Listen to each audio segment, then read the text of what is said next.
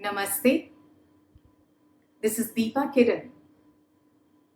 I'm a professional storyteller and educationalist based in India, in the city of Hyderabad.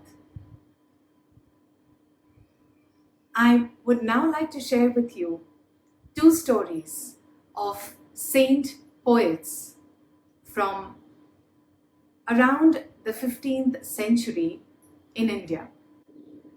It was during this time that there was a movement all across the country called the Bhakti movement. The movement invited everyone, immaterial of their caste, creed, color, and religion, to worship and pray in whatever manner appealed to them. Bhakti movement popularized poetry, music, and dance as forms of worship. The Bhakti movement also brought the use of regional language as a form of worship, and not just classical languages. I begin with Kabir. Kabir, the saint poet from central India. And here is one of his songs.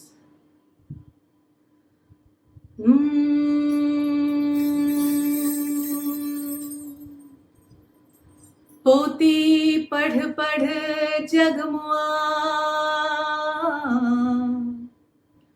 पंडित भयान कोई ढाई अक्षर प्रेम के पढ़े सो पंडित हो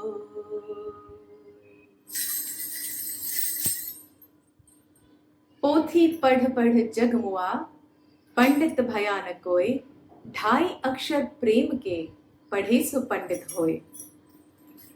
The words mean,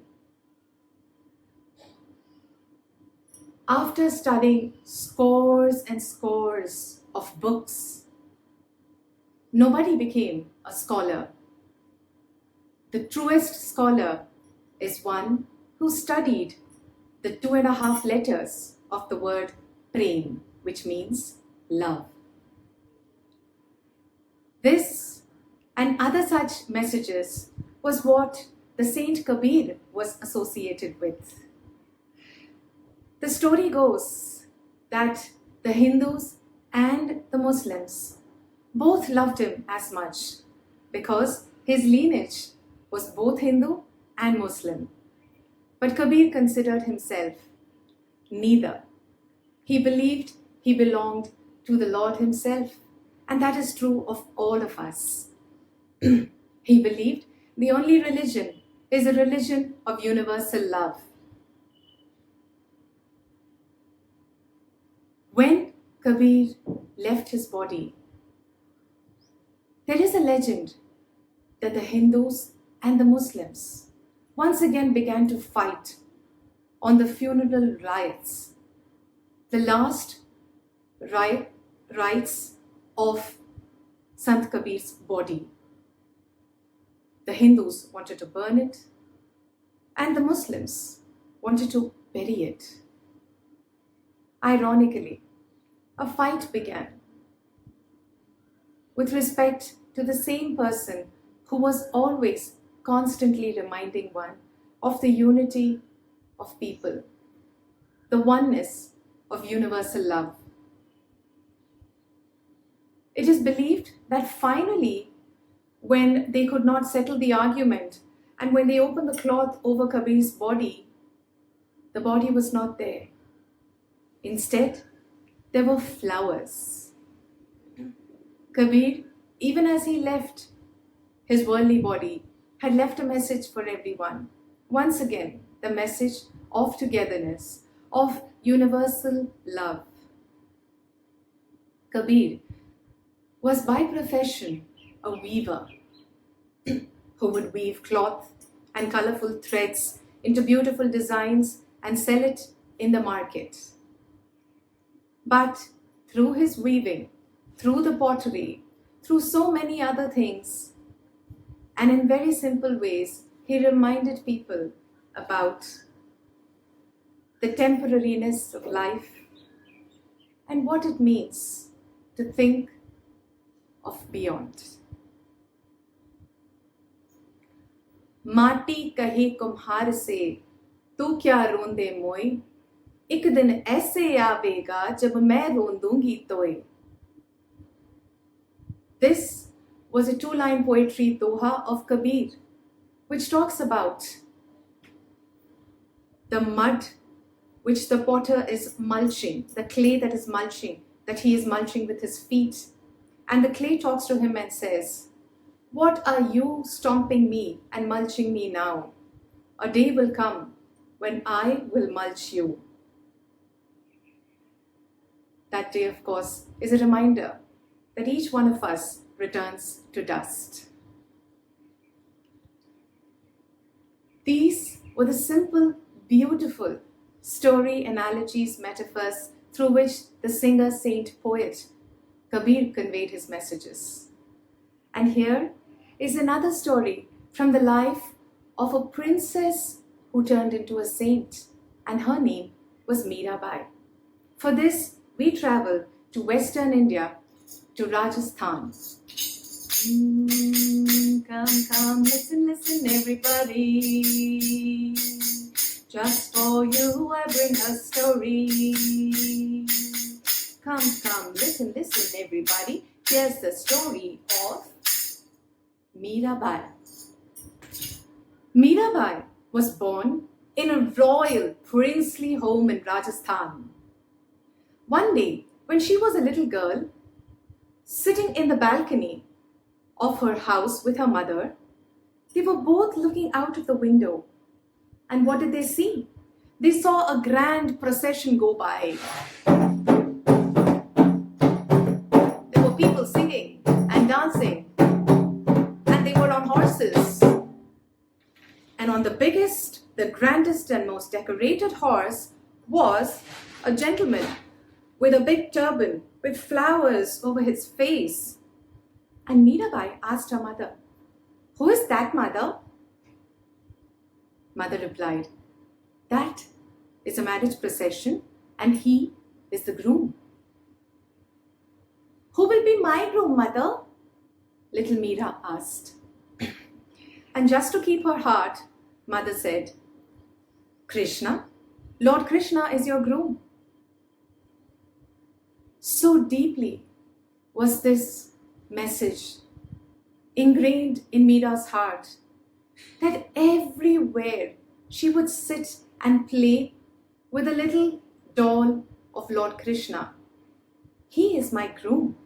She would dress him up. She would sing for him. She would dance for him. And there was so much joy in Mira's singing and dancing that her parents decided to even make a little temple for her. They say that everybody would time their visits to the temple just to be able to watch Mira sing and dance her prayers. Khane khai khai bol sunava, khane khai khai bol sunava, mara sara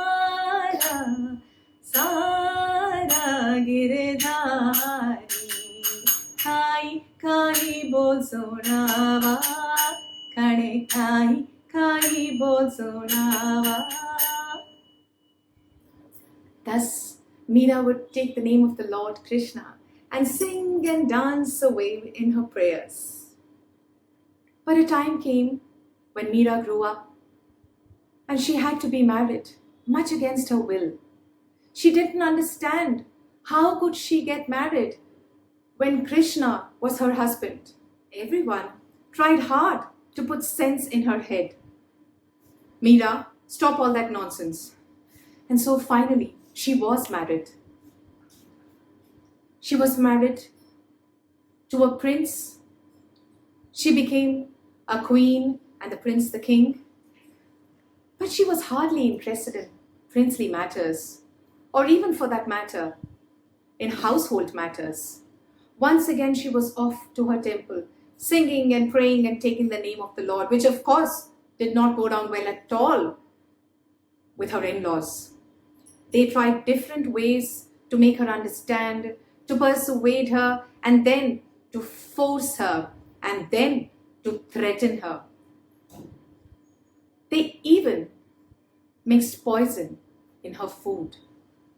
The story goes that when the food with poison was given to Mira, she accepted that as prasad, as food that comes from the Lord Himself. And so when she drank this, the legend is believed that nothing ever happened to Mira.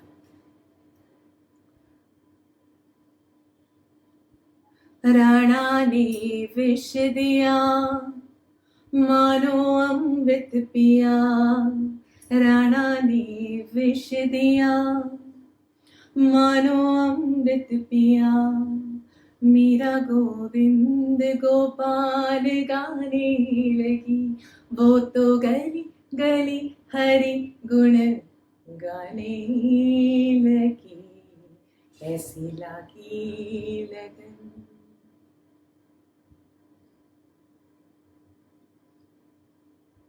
It wasn't long before Mira took the decision to leave this home, to leave this space which did not let her follow her heart's longing.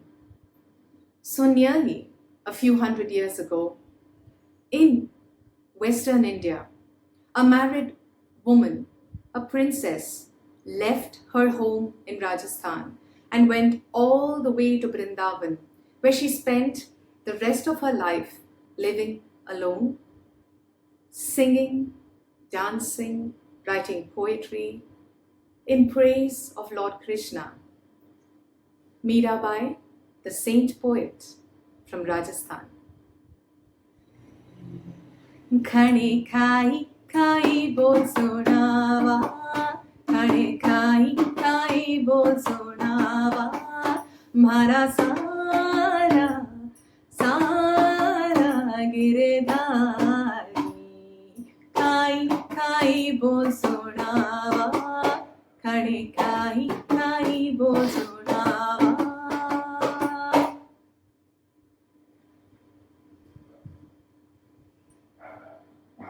Thank you. That beautiful story from Deepa Kiran, and what a gorgeous story for this time and age as well, one about love at the centre of all beings. I hope you enjoyed that story as well. I hope that you enjoyed it enough to respond to it. You can send us a picture, you can send us another story, you can send us other stories that it reminds you of as well. And I look forward to receiving your responses. Thank you very much to Deepa for that story, who is in India and was meant to come to Australia for the Southern Skies Storytelling Festival.